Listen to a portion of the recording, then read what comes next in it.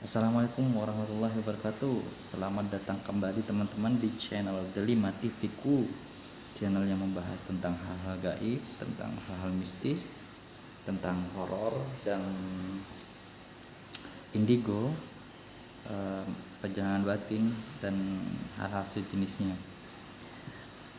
Kali ini aku mau bercerita tentang pengalaman kami membuat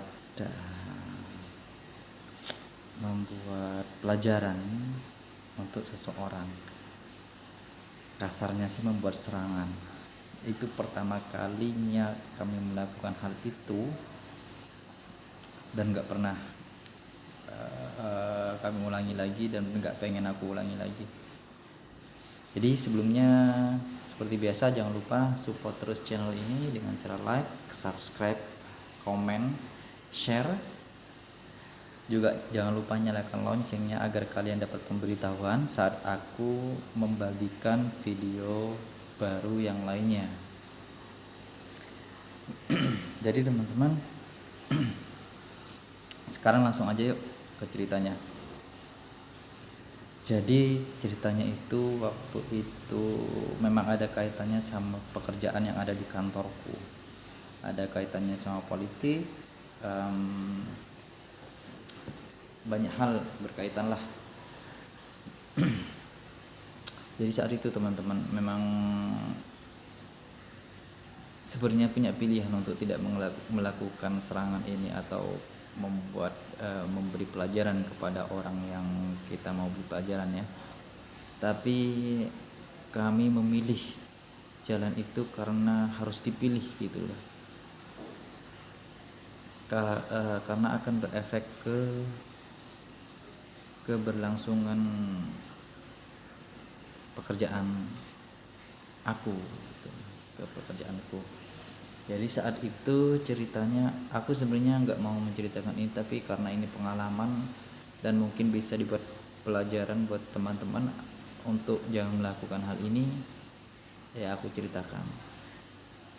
Jadi saat itu aku di kantorku dapat proyek lumayan besar di ibu kota ya, di Jakarta.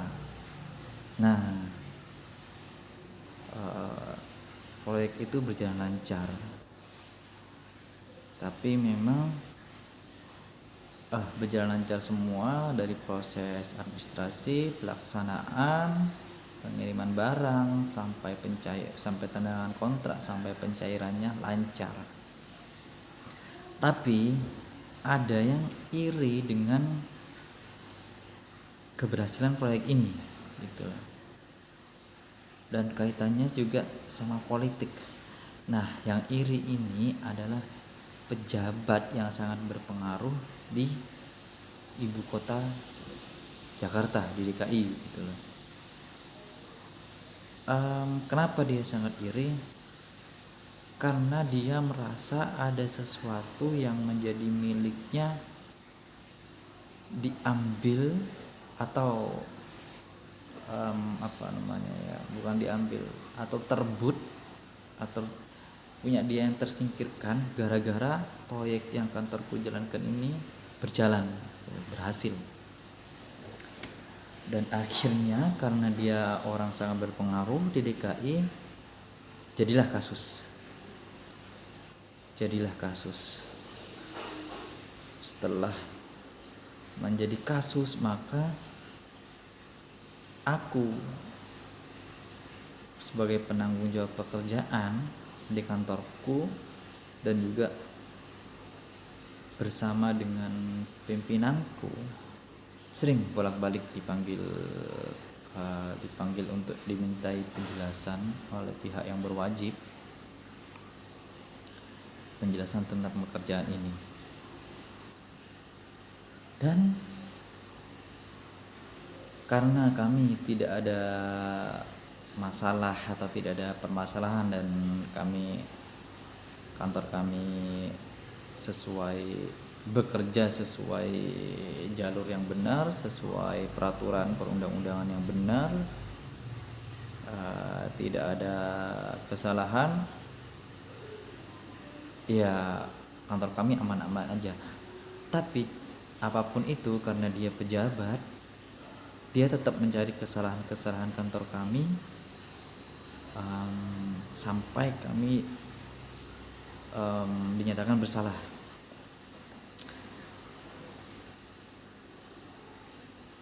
Karena satu pejabat itu, aku dan pimpinanku harus bolak-balik ke Jakarta. Nah, pada saat ada masa istirahat, aku sama istriku pulang ke kampungku. Aku ceritakan semuanya. Memang istriku sih sudah tahu saat itu. Memang istriku ada di kantor bersama aku, maksudnya satu kantor dengan aku, jadi tahu persoalan ini. Orang tuaku juga aku kabari. Akhirnya pada waktu yang ada waktu kosong, aku pulang ke kampungku. Dan kebetulan nah istriku kan indigo, teman-teman istriku indigo, dan bapakku juga bisa hal seperti itu. Jadi setelah diskusi yang cukup lama, setelah diskusi yang cukup panjang antara aku, istriku, dan bapakku juga ibuku, akhirnya jalan yang terbaik kami pilih. Kami harus sebenarnya bukan membeli pelajaran atau menyerang untuk meredam satu orang pejabat yang ada di DKI ini agar tidak berlarut-larut, karena kami tidak ada kesalahan gitu loh. Kantorku nggak ada kesalahan, kecuali kami salah nggak apa-apa, kita terima. Karena kami nggak ada kesalahan, akhirnya kami melakukan sesuatu hal gaib untuk menahan ego, menahan amarah, menahan kuasanya untuk menjatuhkan kami. Akhirnya kami lakukan kasarnya sih serangan gitu ke orang itu, tapi tujuannya baik. Ya, tujuannya baik. Dan itu kami memerlukan pemikiran beberapa bulan untuk melakukan itu gitu loh. Sebelum aku dan istriku pulang ke kampung. Jadi aku juga heran, nggak tahu kenapa apa yang kami lakukan itu adalah dari istriku. Jadi istriku itu tahu gitu loh apa yang harus dilakukan untuk misalnya harus berbuat apa ke orang ini, misalnya katakanlah serangannya itu harus melakukan pakai media apa. Istriku itu tahu loh tanpa belajar gitu loh. Nah, saat aku tanya istriku, ya dia bilang ya aku tahu aja gitu. Jadi kami saat itu aku lupa ya apa ya, kami siapkan, sebenarnya serangan ini adalah untuk membongkar atau menghancurkan pertahanan gaibnya orang, membongkar pertahanan gaib orang yang berkuasa, yang berpengaruh di DKI ini gitu loh. Artinya agar dia sadar bahwa yang dia lakukan itu gak baik gitu loh. Nah, waktu kami di kampungku itu, waktu kami di rumah orang tuaku, istriku minta disediain botol, dan kemudian aku lupa apa aja yang jelas ada botol itu, kalau nggak salah ada darah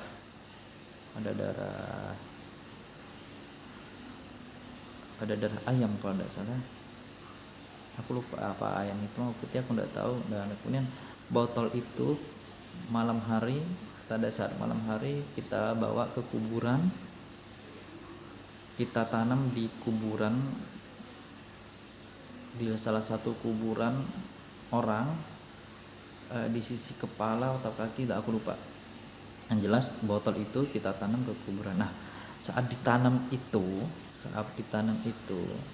karena isi botol itu di dalam botol itu ditulis nama orang yang dimaksud, pejabat yang dimaksud itu. Memang tujuannya bukan untuk membuat pejabat itu sakit, tapi untuk membongkar pertahanannya agar dia itu puasanya nggak terlalu emosinya nggak terlalu berlebih, dan juga bisa disentuh oleh hukum gitu, karena saat itu memang dia saat berpuasa nggak bisa sentuh hukum. Itu tujuan kami gitu. Jadi lanjut, saat kami menanam atau memasukkan botol ke dalam tanah di kuburan itu kan, dan nah di situ makhluk-makhluk gaib seperti makhluk-makhluk gaib, makhluk astral itu berkumpul mengelilingi.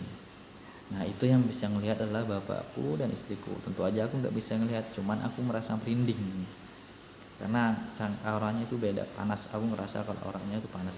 Nah makhluk-makhluk itu mengelilingi kami gitu loh, tapi berada di jarak mungkin sekitar 5-10 meter gitu loh. Kenapa kok makhluk itu mengelilingi kami? Karena di dalam botol itu ada darah, dan tentu aja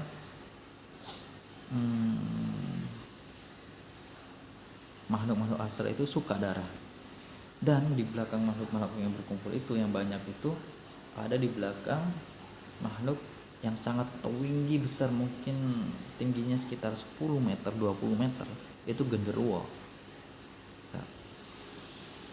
Tapi makhluk-makhluk itu nggak menyerang kami. Mereka menunggu kami pergi. Setelah mereka tunggu kami pergi, mungkin makhluk-makhluk itu ya mengarah ke botol itu loh untuk melemah. Nah tujuannya aku nggak tahu efeknya kayak gimana, tapi yang jelas tujuan penyerangan itu adalah untuk membongkar pertahanan si pejabat di DKI yang sangat berkuasa itu. Nah berefek memang, aku akui berefek. Aku ngerti ya, istriku hal kayak gitu tuh bisa gitu loh, mampu melakukan hal kayak gitu loh. Dan aku akui hebat. Efeknya yang dilihat oleh istriku adalah pertahanan gaib milik pejabat yang di DKI itu terbuka. Dan aku yakin ya setiap pejabat itu punya pertahanan sendiri-sendiri.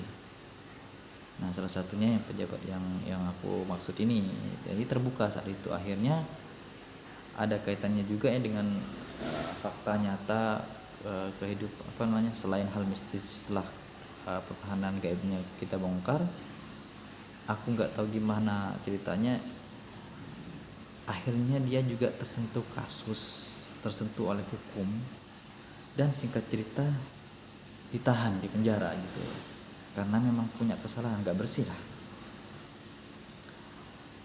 Nah karena dia ditahan, serangan terhadap kasus yang dialami kantorku, yang dialami aku berkurang. Walaupun memang nggak berhenti total, tapi serangannya berkurang. Walaupun kami tetap sibuk pergi menghadiri undangan-undangan penyidikan, tapi tekanannya sudah berkurang. Dan alhamdulillah setelah sekian tahun kasusnya selesai, aku dan pimpinanku aman. Seperti itu teman-teman. Cuman teman-teman, ya dari sisi kasus alhamdulillah aman, selesai. Cuman ini yang perlu diingat teman-teman ya, efek dari membuat serangan itu atau membuka pertahanan itu terhadap hubungan aku dan istriku. Kami sering bertengkar. Itu teman-teman yang mesti dijadikan pelajaran. Sering sekali bertengkar, dan itu sampai beberapa bulan. Entah hal kecil sekecil apapun bisa jadi masalah gitu loh. Aku nggak tahu kenapa, dan sebenarnya itu sudah disadari gitu loh, sudah dikasih tahu bahwa ini akan terjadi. Setelah membuat serangan akan membuat kami sering bertengkar, akan terjadi. Dan untungnya kami sadar bahwa itu adalah pertengkaran itu adalah efek dari kami membuat serangan itu. Itu loh teman-teman. Jadi hati-hati jangan jangan jangan memilih jalan yang aku pilih gitu. Kalau bisa mengalah aja, pasrahkan aja kepada Allah Subhanahu wa taala, pasti ada hikmahnya. Jadi itulah pertama dan terakhir kami membuat serangan kepada orang, dan nggak berani lagi. Aduh, nggak kebayang rasanya, nggak kebayang udah teman-teman. Yang jelas hubungan suami istri dan orang tua itu lebih berharga daripada harta ya mungkin ya. Karena yang bertengkar tuh nggak cuma aku sama istriku, tapi juga kami dengan orang tua gitu. Itu efeknya sangat berat sekali itu teman-teman. Setelah itu kami minta ampun kepada, dan kami sadar yang kami lakukan itu salah. Kami minta ampun, kami bertaubat, kami bersedekah, kami perbanyak sedekah, kami perbanyak ibadah kepada Allah Subhanahu wa taala, dan alhamdulillah sampai sekarang hubungan aku, istriku, dan orang tuaku baik-baik aja, alhamdulillah. Mungkin itu teman-teman ceritanya. Jadi teman-teman semoga bisa diambil pelajaran ya apa yang aku ceritakan. Sekali lagi, tawakal kepada Allah Subhanahu wa taala itu adalah yang terbaik. Sampai di sini dulu kali ini teman-teman ceritanya. Jangan lupa video ini di like, di subscribe, di komen, di share, dan nyalakan loncengnya agar teman-teman dapat pemberitahuan saat aku membagikan video yang baru. Sampai ketemu di video selanjutnya, dan wassalamualaikum warahmatullahi wabarakatuh.